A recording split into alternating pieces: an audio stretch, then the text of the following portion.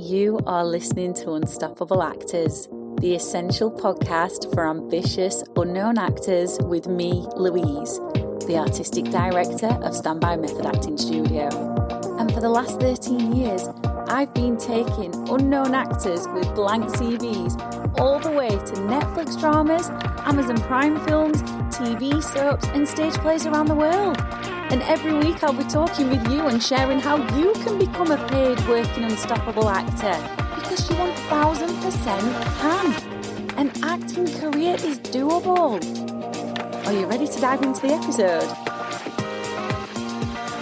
Hello and welcome to the second episode of Unstoppable Actors of 2026.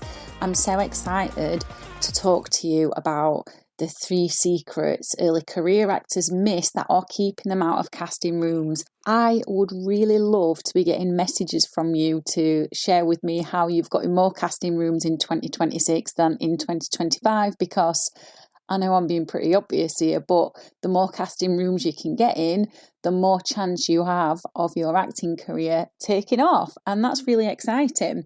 Now, before we go any further, I just want to take a quick pause. If nerves or self-doubt have ever hijacked your performance, then I've made something to stop that spiral fast. It's a 15-minute audio and it is called the Magnetic Actor Activation. And it is so exciting. It helps you drop out of your head, reconnect to your craft, feel steady, feel focused, feel confident again, feel remotivated, even on the days that you are doubting yourself. Which, let's be honest, when we're in the acting industry, that can happen a lot.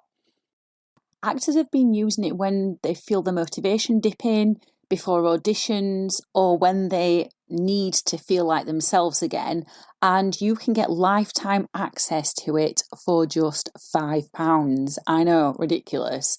So I've left the link in the show notes. You can listen to it once, or you can come back to it whenever you need a reset, or you can go to bit.ly/magnetic actor and download it to your phone straight away. So let me ask you something. Have you ever had that quiet, frustrating thought, the one that goes something along the lines of, I'm doing the work, so why am I not getting called into the casting rooms? Why am I not getting enough auditions? Not no's, not rejection emails. I mean, nothing, silence. No casting rooms to go into, no self-tapes, or very little. Because that is actually often harder to deal with. So today I'm talking about the 3 things I see early career actors miss all of the time. And it is not because they're lazy, it's not because they're untalented, and it's not because they're not trying hard enough. It's because no one has ever properly showed them. And the 3 things that I'm going to discuss, they quietly keep actors outside of casting rooms even when there's talent there. I'm going to share a story about one of my acting students, Ben, because his journey illustrates this perfectly and it is so inspiring. So the first thing that I see actors doing that keeps them out of casting rooms is scratching the surface of the character. And this is quite subtle because lots of actors think they're doing the character work, but they are literally, as I've just said, scratching the surface. And what I mean by that is they're reading the lines, they understand the situation, and they know what the character wants in theory. But they can take the words at face value. And here's the thing you really need to know. Words are never the full story. What matters is why that character is using those particular words, how they speak, when they deflect, where they soften or harden, what they don't say. That white space on the script, those ellipses, they are so important. So great acting comes from questioning everything. Not from judgment, we're not questioning in that way, but from curiosity. Judgment sounds like, why would they say that? That don't make sense. Whereas curiosity sounds like, what are they protecting here? What would make someone speak like this? What do they really mean underneath all of this? And this is important. This is why this matters so much, because judgment creates distance, curiosity closes the gap. Curiosity creates connection between you and the character, between you and the audience, and casting directors can feel the difference instantly. And you might be wondering, well, why would me scratching the surface with a character keep me out of casting rooms? Well, because what you do with your characters shows on your show reels or any footage you've got of you performing, whether that be on socials, maybe it's just monologues. So what you're doing with your performances carries through everywhere. Now, the second thing early career actors are doing, which is keeping them out of casting rooms, is ignoring how the industry already sees them. And this one can be a little bit uncomfortable, but it's really powerful once you understand it. So if you keep applying for a certain type of role and you keep hitting brick walls, that's not random. That's information, that's data, because the industry already has a perception of you. And it's reflected everywhere. So it's in your headshots, your show reel, your CV, your social media, your website if you've got one, the types of credits you've already got.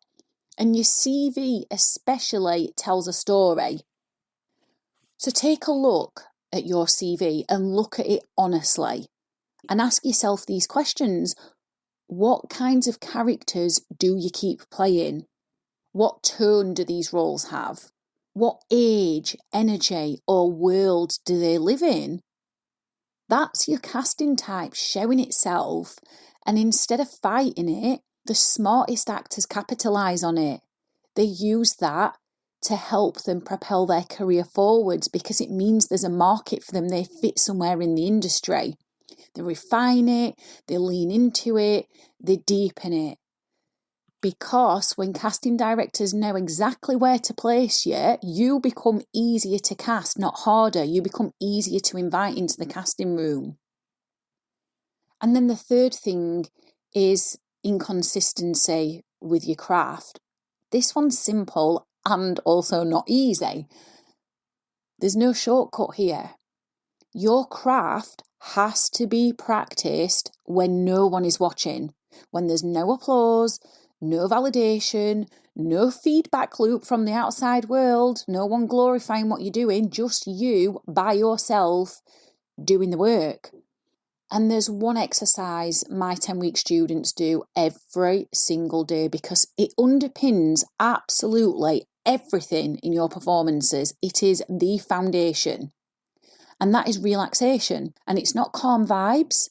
It's not surface level breathing. It's not yoga poses. I'm not saying these things are not useful, but real method-based relaxation allows you to release tension before it hijacks you. It gets you out of your head and into your body so you can create the character's physicality. It gives you access to your imagination and your creative impulses. Because the opposite of being relaxed is being tense. And tension blocks your memory, it blocks your ability to connect to your emotions, it blocks strong presence, and it blocks you taking risks in scenes and with characters. You cannot access truthful acting from a tense body. And here's a bonus thing I want to share with you as well. And it's the part that people do not talk about enough. You can do all of this. You can do the deep character work. You can do the clear casting type and you can do the daily practice because you're more than capable of that. But without self-trust, all of that falls apart. Self-trust isn't confidence. It's quieter than that. Self-trust is you backing your choices without over-explaining them. Self-trust is you staying connected when doubt shows up. Self-trust is you not abandoning yourself the moment something feels uncomfortable. And without self-trust, actors always, 100% of the time, default to self-doubt. They second guess, they dilute their choices, they wait for permission. With self-trust, actors commit, and casting directors feel that. So let me tell you about Ben, because this is so inspiring. When Ben first applied for the 10-week programme, he was understandably sceptical because he wasn't sure that online training could really work or what he'd get from it, especially with acting, which is physical, it's practical. His early headshots were based on the role he wanted to play, not how the industry actually saw him. And in class, I could see immediately that when it came to the emotions, his emotions were big.